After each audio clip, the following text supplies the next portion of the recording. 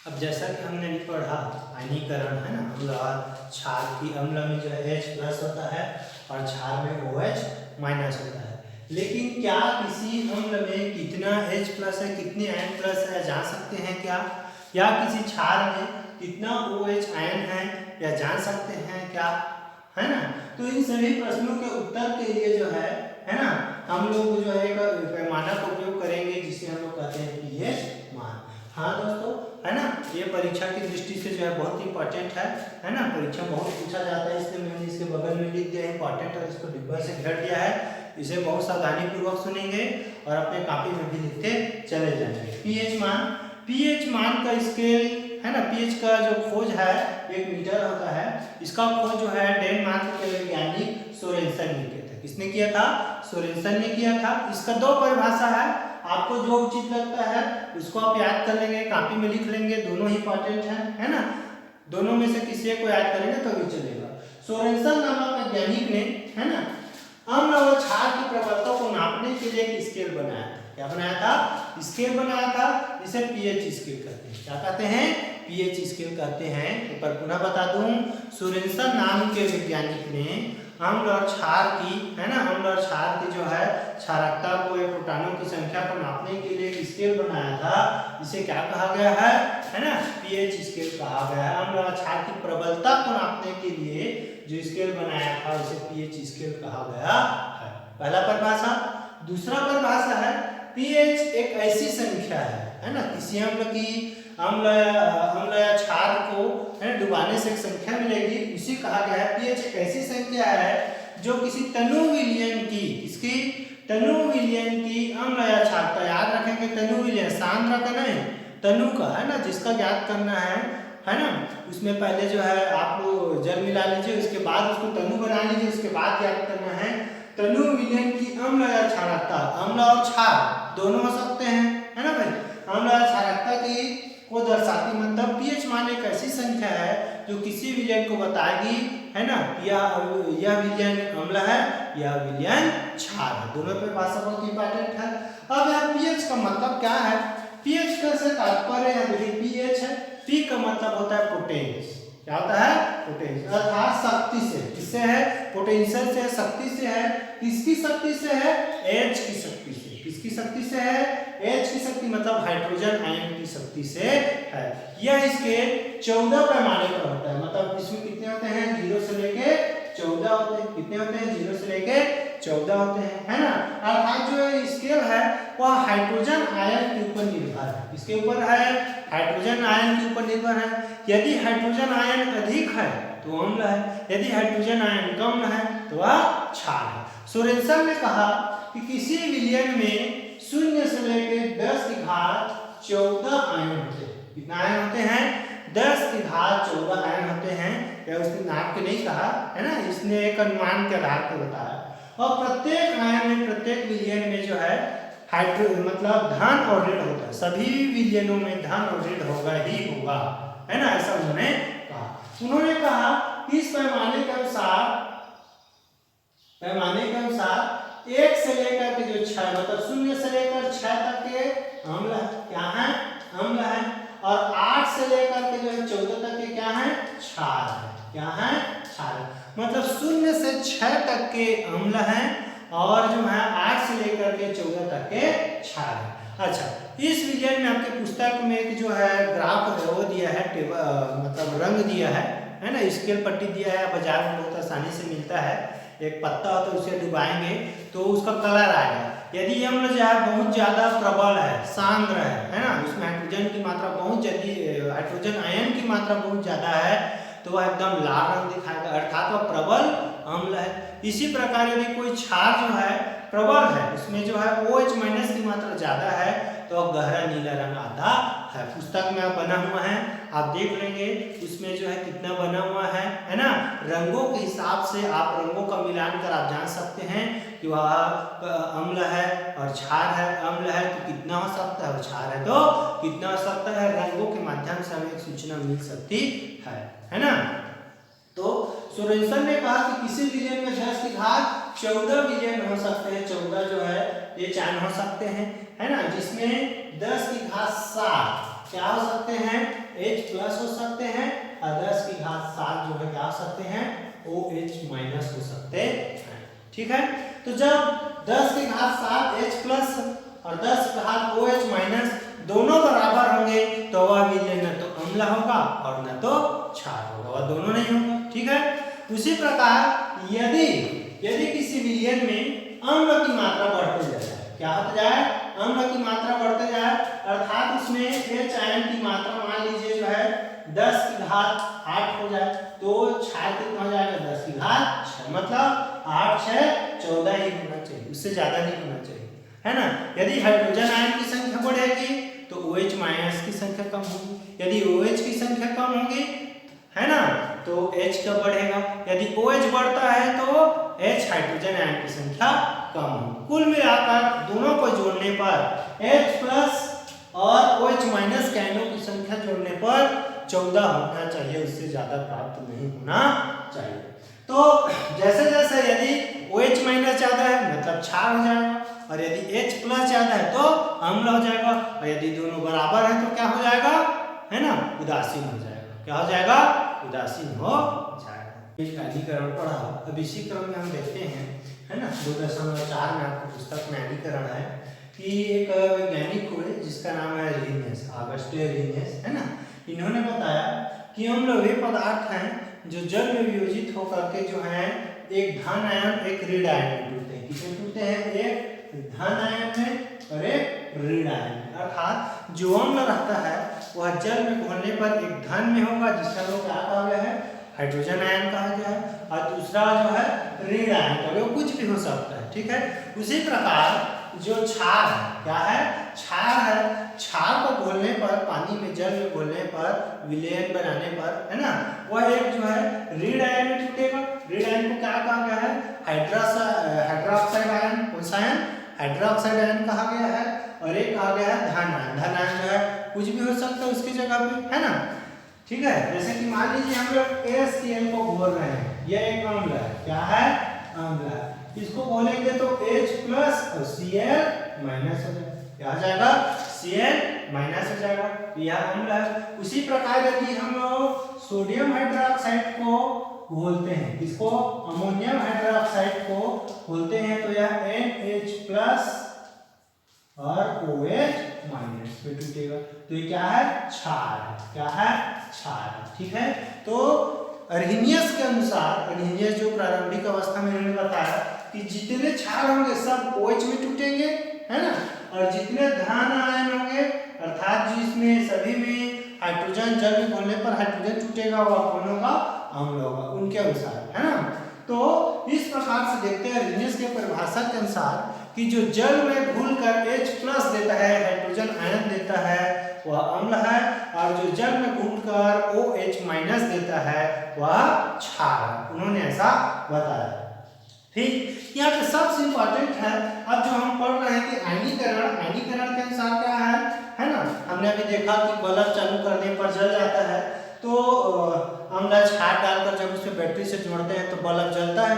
इसके अनुसार जो होता है अम्ल या क्षार में से विद्युत का प्रवाह होता है, तो विद्युत का प्रवाह करने के लिए कौन जिम्मेदार है, यही धन आयन और कौन, ऋण आयन जो है ये जिम्मेदार है। अब ये किस पे निर्भर करता है, ये निर्भर करता है विलयन की सांद्रता, अर्थात जब किसी विलयन में जितने ज्यादा धन आयन और ऋण आयन होंगे उसमें आयनों का प्रवाह उतना ही ज्यादा होगा, वह शीघ्रता से कार्य करेगा, उतना शीघ्रता से बल्ब जलेगा। उसी प्रकार आयनों की वियोजन क्षमता, है ना, जब वियोजन क्षमता मतलब टूटना, जब हम किसी अम्ल या क्षार को जल में डालते हैं तो वह टूटता है, क्या होता है, टूटता है। जैसे कि HCl, ये कितने भागों में टूटा, H और Cl, दो भागों में। इसी प्रकार अमोनियम हाइड्रोक्साइड किसमें टूटा, दो भाग में, NH4 और OH माइनस, दो भाग में, है ना, और जल के टूट के जल के तो वियोजन मतलब टूटना। तो जब आयनों की वियोजन क्षमता पर निर्भर करता है, मतलब जितनी शीघ्रता के साथ टूटेगा उतनी शीघ्रता के साथ यह जो है ना आयनीकरण होगा, उतनी शीघ्रता के साथ आयनीकरण होता है। अब क्या, अब प्रश्न उठता है, क्या सभी यौगिक जिसमें हाइड्रोजन है वे अम्ल होंगे, है ना, या सभी आयन जिसमें OH है वो क्षार होंगे? प्रश्न उठता है, या सभी में होगा आयनीकरण? तो इसी क्रियाकलाप में आगे क्रम में आपके पुस्तक में जो है क्रियाकलाप 7 दिया है। क्या दिया है? क्रियाकलाप 7।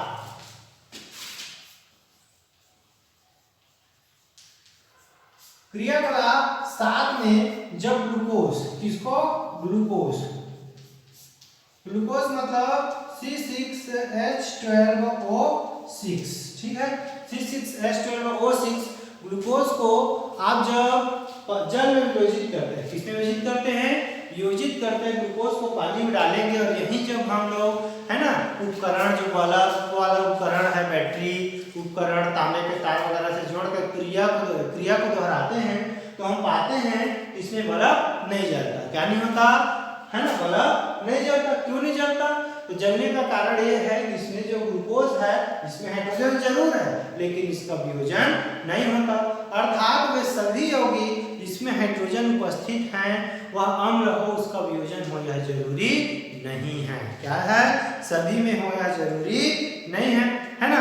अब इसी प्रकार अगला क्रम है क्रियाकलाप 8। क्रियाकलाप 8 में एक बात कहा है, क्या जो अम्ल और क्षार है वो केवल और केवल जो है ना जलीय विलयन में उत्पन्न करते हैं क्या, कि वो गैस के रूप में भी जो है अम्ल और क्षार के रूप में रहते हैं। तो इसमें एक प्रयोग दिया गया है ना। प्रयोग ये है कि जो है एक बर्फ नली में सोडियम क्लोराइड ले लेना है 1 ग्राम और उसमें से हल्का सा जो है बूंद बूंद दीवार की सहायता से करके जो है सांद्र सल्फ्यूरिक अम्ल डालना है। क्या डालना है? सांद्र सल्फ्यूरिक अम्ल H2SO4, है ना।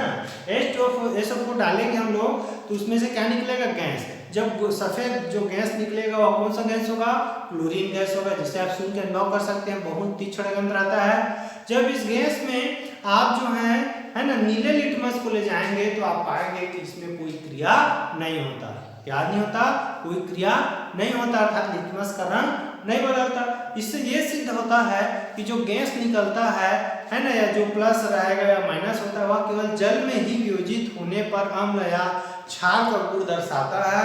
यह गैस की उपस्थिति में या गैसीय रूप में अम्ल या क्षार के रूप में दर्शाता नहीं है ना। फिर इसी प्रकार से जो है कोई भी अम्ल कितना प्रबल है या कितना दुर्बल है यह निर्भर करता है उसके वियोजन पर। किस पे? वियोजन पर। अर्थात कोई अम्ल कोई अम्ल या कोई क्षार कितना प्रबल है, कितना मजबूत है, कितना ताकतवर है ना, कितना सांद्र है, यह निर्भर करता है उसके वियोजन पे। किस पे निर्भर करता है? वियोजन पे निर्भर करता है। वियोजन मतलब टूटना। वियोजन मतलब टूटना। जब किसी अम्ल या क्षार को जल में वियोजित किया जाता है और शीघ्रता से एक दूसरे से अलग होने लगते हैं, प्लस और माइनस में बहुत तेजी से अलग होने लगते हैं, तो हम उसे कहते हैं वियोजन।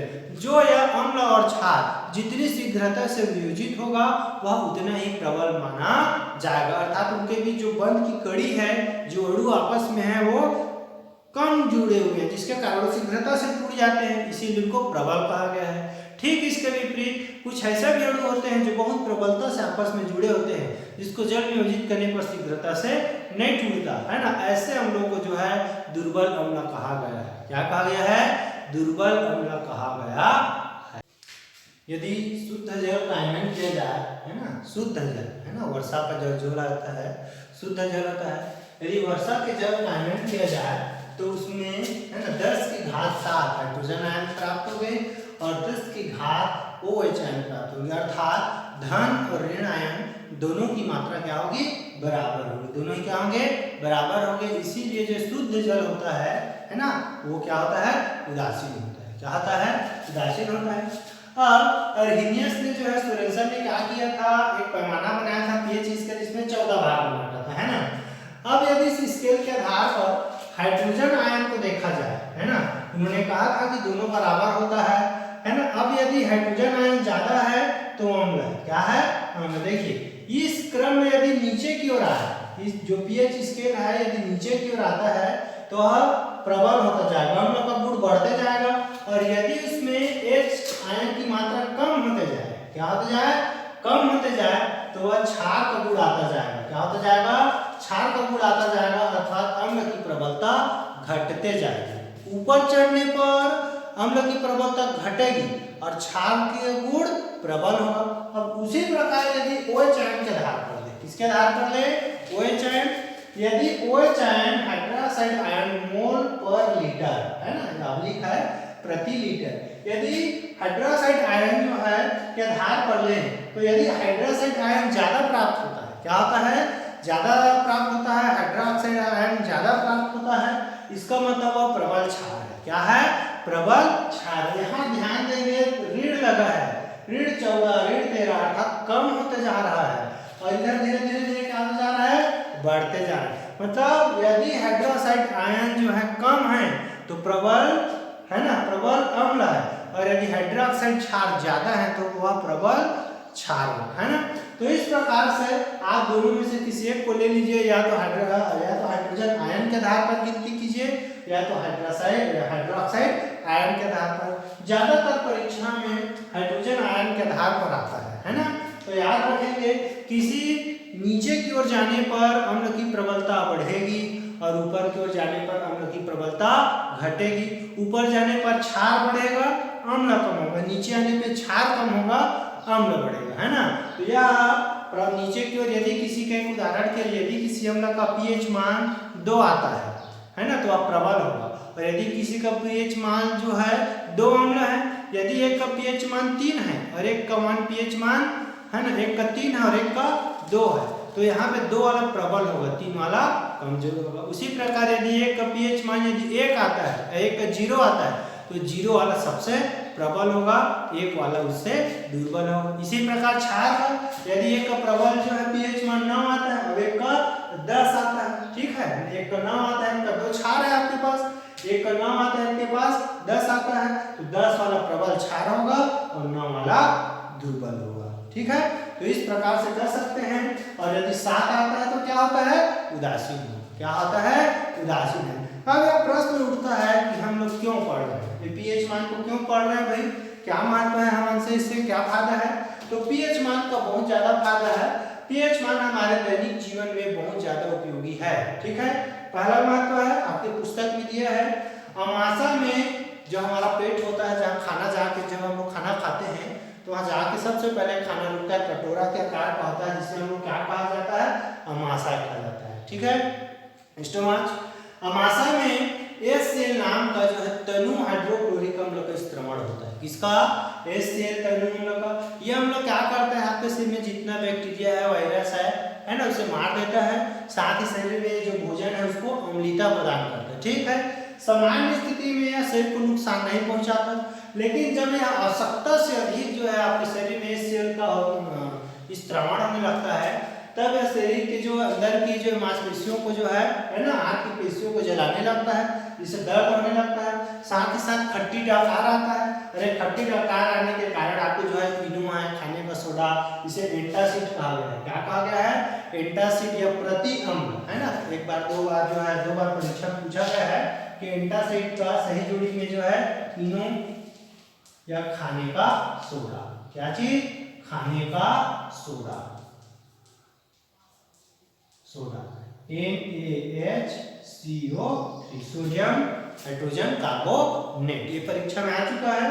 तो एंटासिड सही जोड़ी में भी आता है, खाली स्थान में लेना चाहिए, इससे जो है अम्ल है तो क्या लेंगे, क्षार, तो ठीक हो जाएगा, ठीक है। इसी प्रकार यदि हमारा जो रक्त है उसका जो पीएच मान कितना होता है, 6.8 से 7.8 के बीच होता है।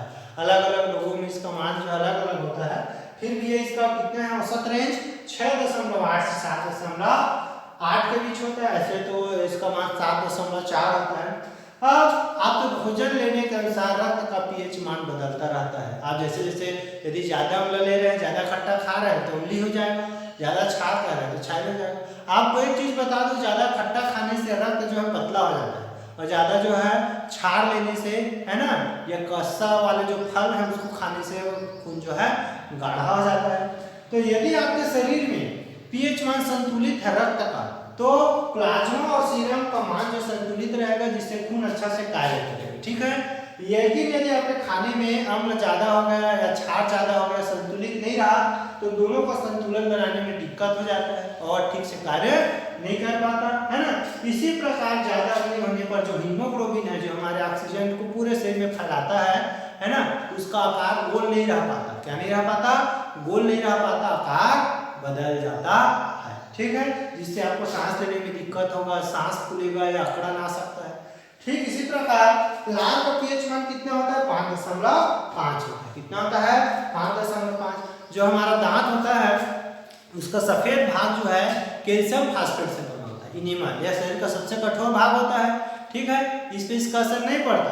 लेकिन जब हम लोग रात को खाना खा के सोते हैं तो हमारे मुंह में लगातार लार का स्त्रवण होते रहता है, जिसके कारण ये अम्ल जो है इनेमल पर, कैल्शियम पर है ना, क्षार है, धीरे धीरे क्रिया करते रहता है और हमारे दांतों को सड़ाना शुरू कर देता है। तो हम लोग जितने पेस्ट करते हैं, जितने कोलगेट है, टूथपेस्ट है ना, ये सभी जो है क्षार होते हैं। क्या होते हैं? क्षार होते हैं, जो ठीक कर देते हैं। इसी प्रकार बबूल क्षारी होता है, नीम क्षारी होता है। ये जो प्राकृतिक जो है टूथपेस्ट है, ठीक है, इससे आपका जो है मुंह का पीएच मान संतुलित रहता है। इसी प्रकार दो उदाहरण और है आपके बुक में पीएच मान का जंतु और पौधों पे प्रभाव। जंतु और पौधों का पीएच मान पर बहुत प्रभाव पड़ता है। कुछ जंतु अपने शरीर की सुरक्षा के लिए जो है ना, अम्ल को उत्सर्जित करते हैं। जैसे मेढक, मेढक को पकड़ने पर यूरिन कर देता है कि उसके शरीर में जो है अम्ल होता है। कई सारे जीव हैं जो अम्ल का या क्षार का करते हैं, जैसे कि चींटी हो गया, है ना, चींटी हो गया।